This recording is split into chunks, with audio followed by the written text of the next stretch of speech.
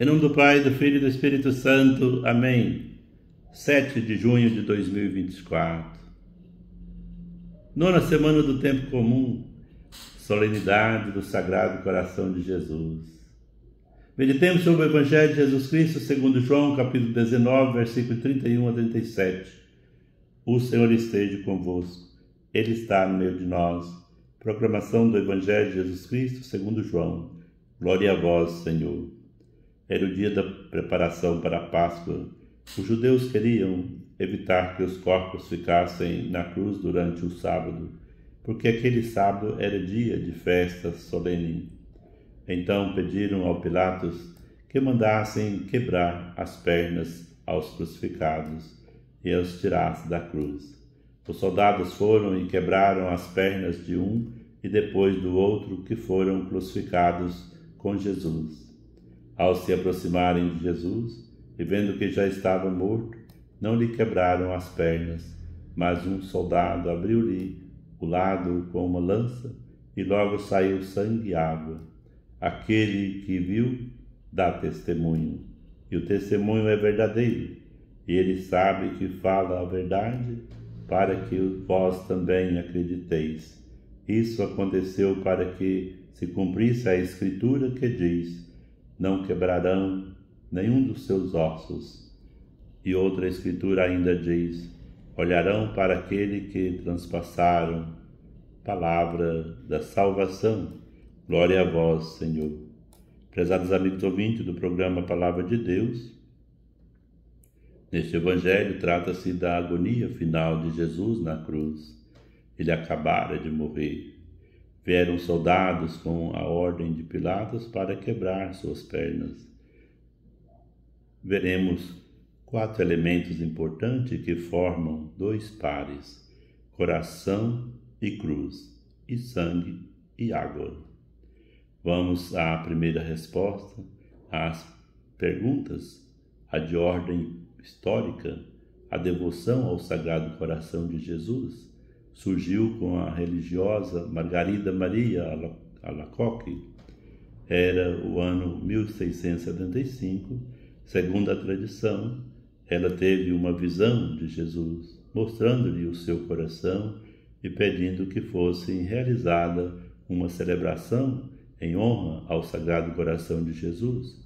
No 8º dia, depois da festa do Corpus Christi, isto é, numa sexta-feira, nesse dia todos deveriam comungar e fazer o desagravo do coração de Jesus com muita piedade.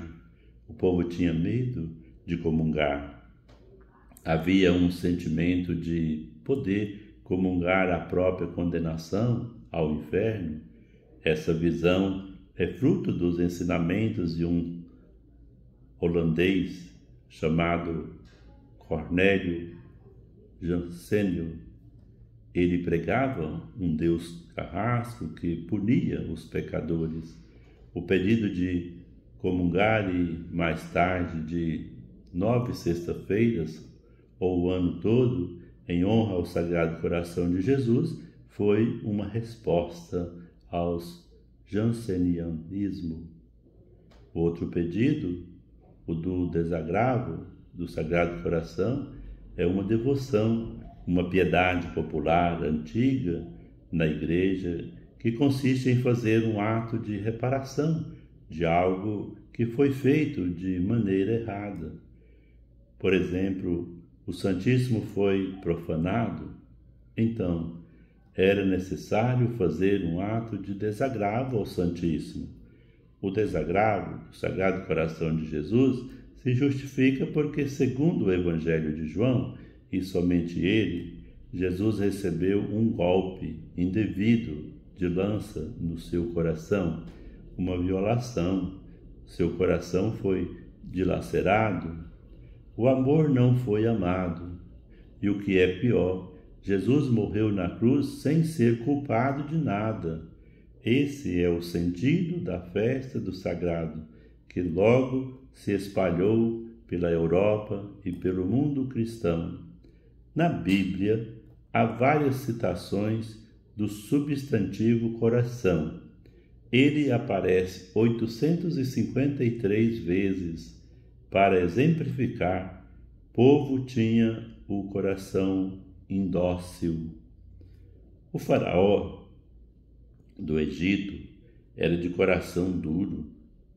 Mudar de vida é rasgar o coração. O judeu é chamado a ter um coração puro. Jesus é manso e humilde de coração. Coração é, na Bíblia, a sede da razão, da decisão, mais do que sentimento. Deus, fonte de conhecimento, colocou a lei no nosso coração, para que possamos decifrá-la e vivê-la. A falta de razão das lideranças judaicas e romanas crucificaram Jesus na cruz. Nela, Jesus teve o coração dilacerado por anônimos soldados que representavam o poderoso Pilatos, de coração duro e mãos impuras, as quais foram lavadas com o sangue de Jesus. Uma coisa é certa: a cruz tem relação com o coração e o coração com a cruz. Os dois outros elementos que aparecem em João 19, 31 a 37 são o sangue e a água. Jesus e 2 ladrões estavam crucificados. Era o final de uma sexta-feira.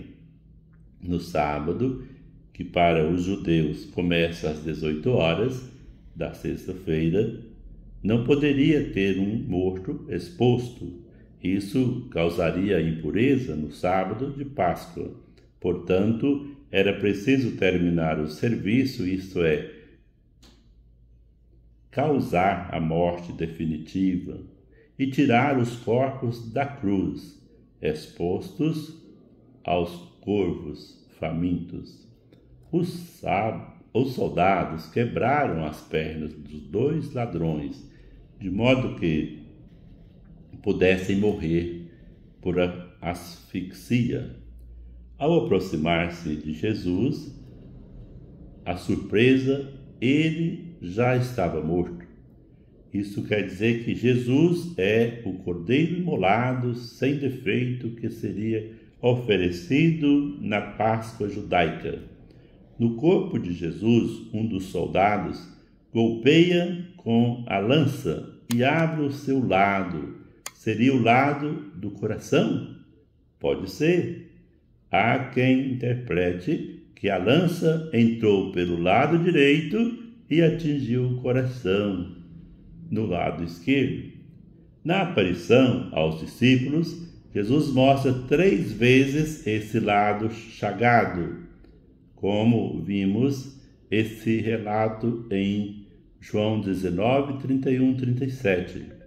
Tornou-se o mais importante para justificar o ato reparatório do Sagrado Coração de Jesus.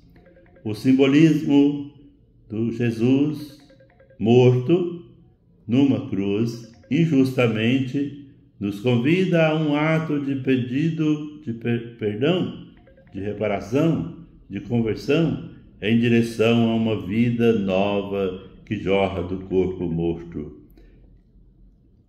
Que paradoxo! A salvação vem pela morte? Mas como que de um corpo morto pode jorrar sangue e água? Santo Agostinho e tantos outros intérpretes dessa passagem procuram respostas, das quais destaco algumas. A água e o sangue são os preciosos líquidos que nos mantêm vivos.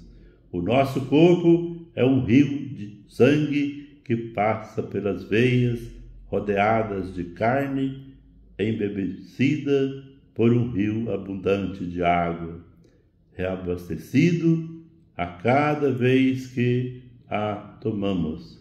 Jesus, o divino, é também humano, é o que quis dizer João com esse acontecimento. O sangue significa a morte violenta de Jesus, que nos salva, assim como os seus contemporâneos reparavam o pecado com sangue de bode aspergido no altar do sacrifício.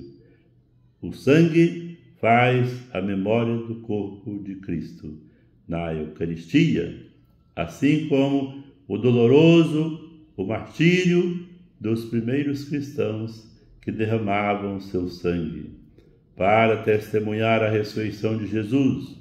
A água simboliza o banho que purifica o velho Adão, o ser humano. Ela nos purifica como com um novo dilúvio. As águas batismais nos purificam e nos preparam para uma vida a caminho, guiado pelo Espírito Santo, no Pai e no Filho. João viu e deu o seu testemunho de que tudo aquilo era verdadeiro. Os outros que olharão são futuros adeptos da fé em Jesus. Jesus, humanamente falando, é o ser humano, o Adão que dorme, morto na cruz, para dele sair a mãe dos viventes, a Eva, que simbolicamente gera a comunidade de fé, a nova mãe dos viventes, a mãe que nos acolhe hoje, nós, os cristãos seguidores do coração e da cruz, no sangue e na água da vida presente e futura. Celebramos a festa do amor sem fim, do coração que mais amou. Onde está a vida? Só em Jesus temos a vida e plenitude e a salvação. Contemplar o Sagrado Coração de Jesus é contemplar sua paixão, morte e ressurreição. Somente nele teremos vida em plenitude. Louvado seja nosso Senhor Jesus Cristo, para sempre seja louvado. Pai nosso que estais no céu, santificado seja o vosso nome. Venha a nós o vosso reino, seja feita a vossa vontade, assim na terra como no céu. O pão nosso de cada dia nos dai hoje, perdoai as nossas ofensas, assim como nós perdoamos a quem nos tem ofendido. Não nos deixeis cair em tentação, mas livrai-nos do mal. Amém. Ave Maria, cheia de graça, o Senhor é convosco, bendito sois vós entre as mulheres, bendito é o fruto do vosso ventre, Jesus. Santa Maria, Mãe de Deus, rogai por nós, pecadores, agora e na hora de nossa morte. Amém. Vamos de Deus receber a bênção. O Senhor esteja convosco, Ele está no meio de nós. Abençoe-vos, ó Deus Todo-Poderoso, Pai, o Filho e o Espírito Santo. Amém. Paz, saúde e alegria. Fica com Deus. Paz de Cristo.